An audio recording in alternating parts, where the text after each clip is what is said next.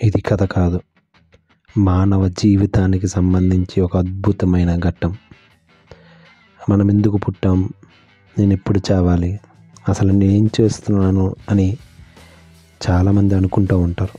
కానీ అసలు మన పుట్టికే ఒక దైవ నిర్ణయమని, అది సాధారణంగా జరిగే ఒక చిన్న ప్రక్రియ కాదని చెప్పేది కథ.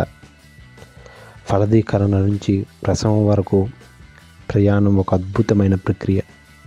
ఇది సంక్షిప్తం అవలోకనంలో ఉంది.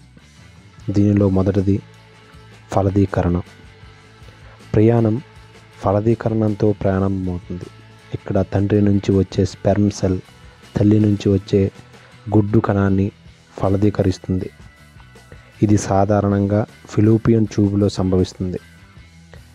కొన్ని మిలియన్స్ ఆఫ్ స్పెర్మ్స్ తండ్రి యొక్క అవయవం నుంచి వస్తూ తల్లి యొక్క గుడ్డులో ఒకే ఒక్క కణం మాత్రమే అందులోకి చేరుతుంది. మిగతావన్నీ చనిపోతాయి. ఇదో పెద్ద ఘట్టం.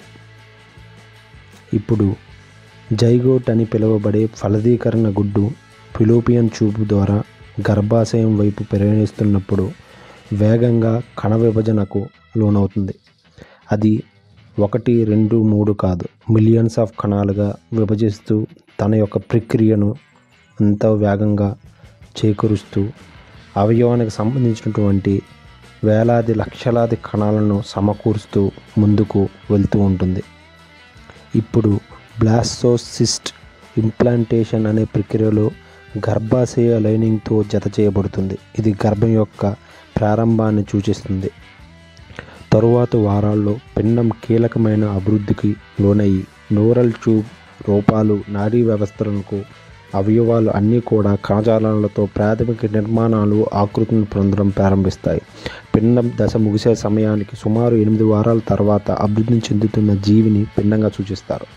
అవయవాలు అభివృద్ధి చెందుతూనే ఉంటాయి. గర్భం 3 త్రైమాసాలుగా విభజించబడి ఈ దశలో వివిధ అవయవాలు వ్యవస్థలు అభివృద్ధి చెందుతాయి. పిండం కదిలి మరియు ఉద్దాపనలు స్పందించడానికి సామర్థ్యంగా ఉంటుంది.